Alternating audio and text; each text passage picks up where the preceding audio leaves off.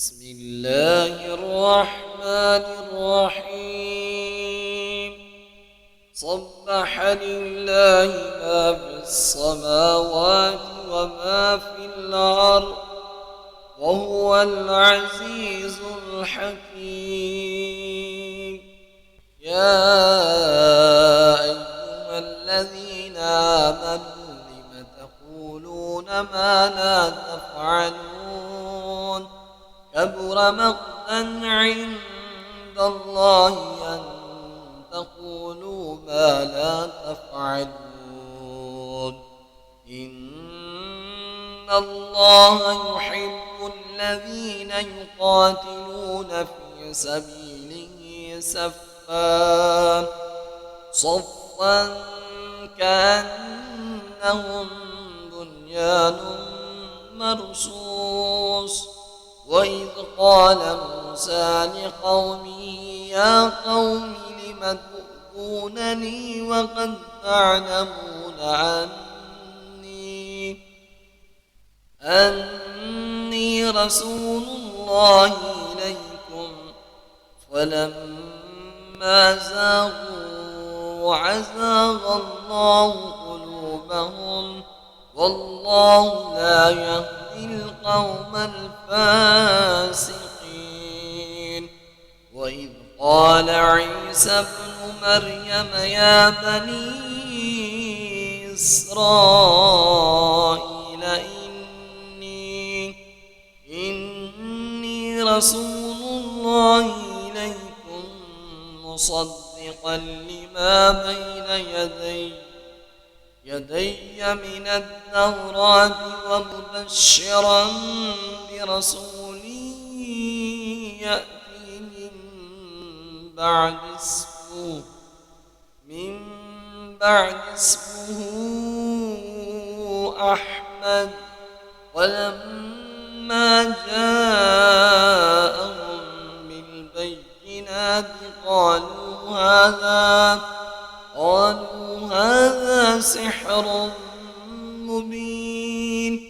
ومن أظلم ممن افترى على الله الكذب وهو يدعى إلى الإسلام والله لا يهدي القوم الظالمين. يريدون ليطفئوا نور الله بأفواههم والله متم نوره ولو كره الكافرون. هو الذي أرسل رسوله بالهدى ودين الحق ليظهره على الدين كله ولو كره المشركون. يا أيها الذين آمنوا هل أدلكم على تجارة تنجيكم من عذاب عليم؟ تؤمنون بالله ورسوله وتجاهدون في سبيل الله بأموالكم وأنفسكم ذلكم خير لكم إن كنتم تعلمون. يغفر لكم ذنوبكم ويدخلكم جنات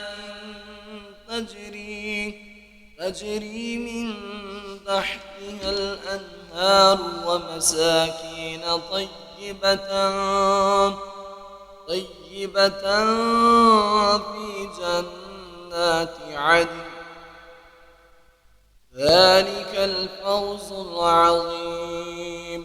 وأخرى تحبونها نصر من الله وفتح قريب وبشر المؤمنين.